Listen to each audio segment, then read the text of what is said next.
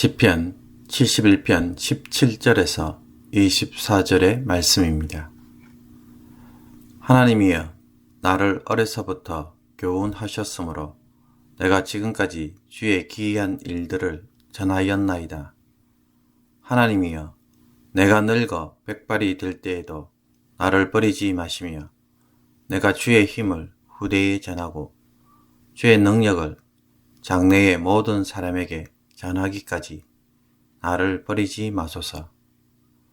하나님이여, 주의 의가 또한 지극히 높으시니이다. 하나님이여, 주께서 큰 일을 행하셨사오니 누가 주와 같으리이까?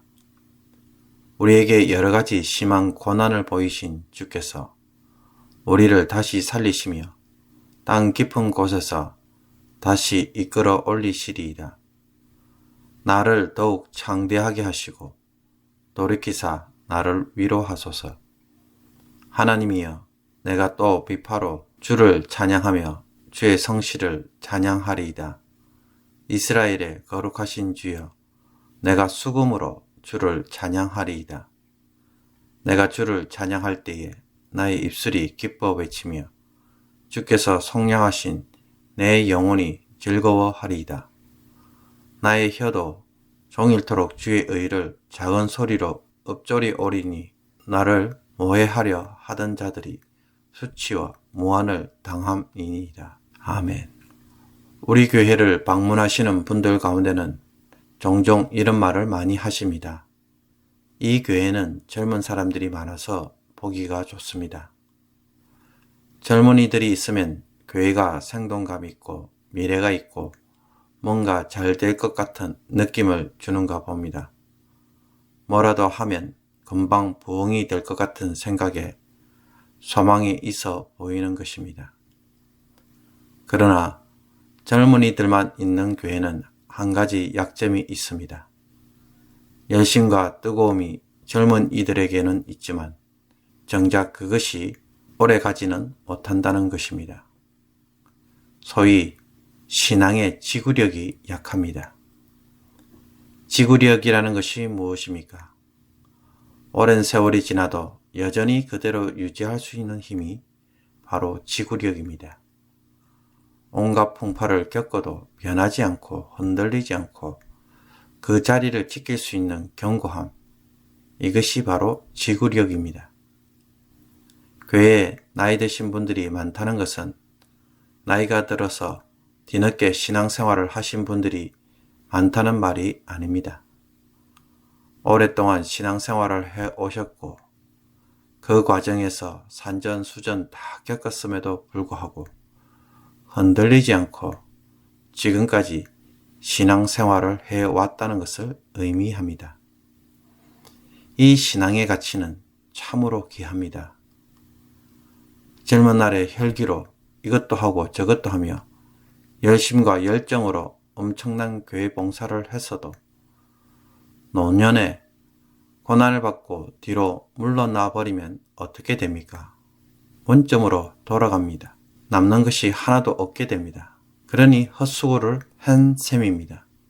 시편 71편은 바로 백발의 노인을 통해 신앙의 지구력이라는 것이 무엇인지를 잘 보여주고 있습니다. 9절과 18절을 보면 백발이 되어도 나를 버리지 말라고 호소하고 있는 것을 보아 시인은 상당히 나이가 많은 노인처럼 보입니다. 그런데 이 백발의 노인에게 무슨 일이 일어났습니까? 1절을 보니 수치를 당하였다고 말합니다. 그 외에 다른 구절에서도 자신을 해하려는 자들을 만났고 심한 고난을 겪었다고 말합니다. 시인은 이런 상황을 노년의 때에도 경험하게 되자 누구부터 찾습니까? 내가 어릴 때부터 신뢰하던 이를 찾습니다. 모태에서부터 주를 신뢰하였기 때문에 하나님을 의지합니다. 그러면서 17절과 18절에서 이런 말을 합니다.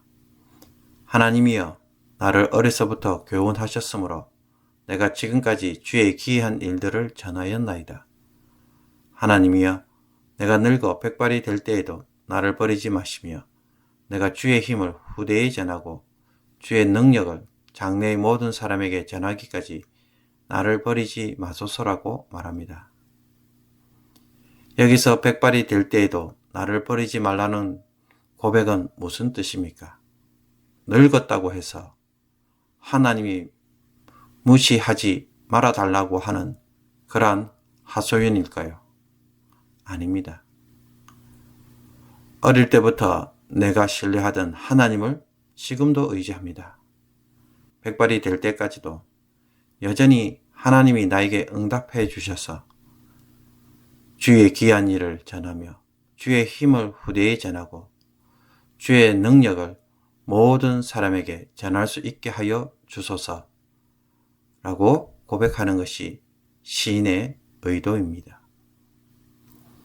늙어서도 여전히 하나님이 살아계시며 심한 고난을 보이셔도 결국은 자신을 살리시며 땅 깊은 곳에서 내려가는 체험을 해도 다시 이끌어 올리실 것을 알고 있기 때문입니다. 심지어 21절에 나를 더욱 창대하게 하시고 돌이키사 나를 위로하소서라고 말합니다. 어릴 때부터 의지했던 하나님이 노년에도 하나님이 어떻게 하실지를 이미 알고 있습니다. 이 일이 고난으로 끝나지 않고 도리어 자신을 더욱 창대하게 만들 것이라는 확신을 하고 있는 것입니다. 그 결과 22절에서 24절은 어떤 기도로 끝납니까? 도움을 호소하던 기도가 마지막에는 하나님을 찬양하는 노래로 끝납니다.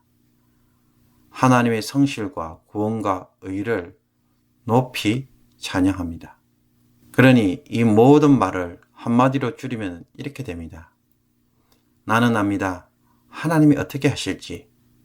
그러므로 나는 이 하나님으로 인해 찬양합니다.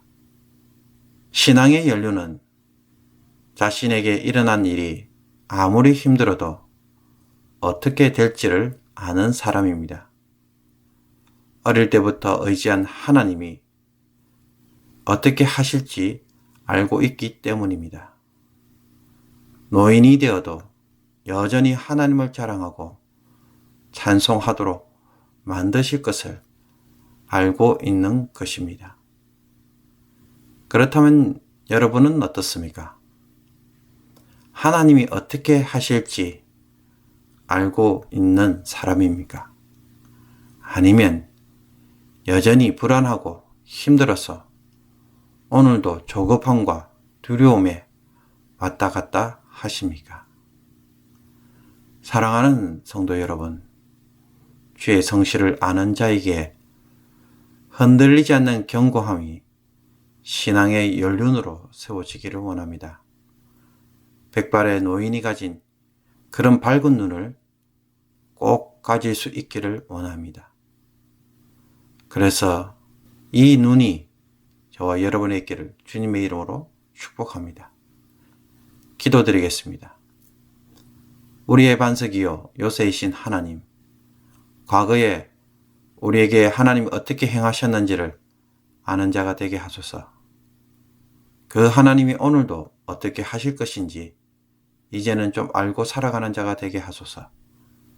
수많은 세월을 통과하고 그 속에서 하나님을 경험했음에도 불구하고 아직도 어떻게 될지 몰라서 세상 속에서 벌벌 떠는 불쌍한 인생이 되지 않게 하여 주옵소서. 주의 성실을 의지하고 주님을 신뢰하는 자들에게 주기도문으로 새벽기도회를 마치도록 하겠습니다. 하늘에 계신 우리 아버지여, 이름이 거룩히 여김을 받으시오며 나라의 마옵시며 뜻이 하늘에서 이룬 것 같이 땅에서도 이루어지이다. 오늘날 우리에게 일용할 양식을 주옵시고 우리가 우리에게 죄진 자를 사하여 준 것 같이 우리의 죄를 사하여 주옵시고 우리를 시험에 들게 하지 마옵시고 다만 악에서 구하옵소서. 대개 나라와 권세와 영광이 아버지께 영원히 있사옵나이다. 아멘.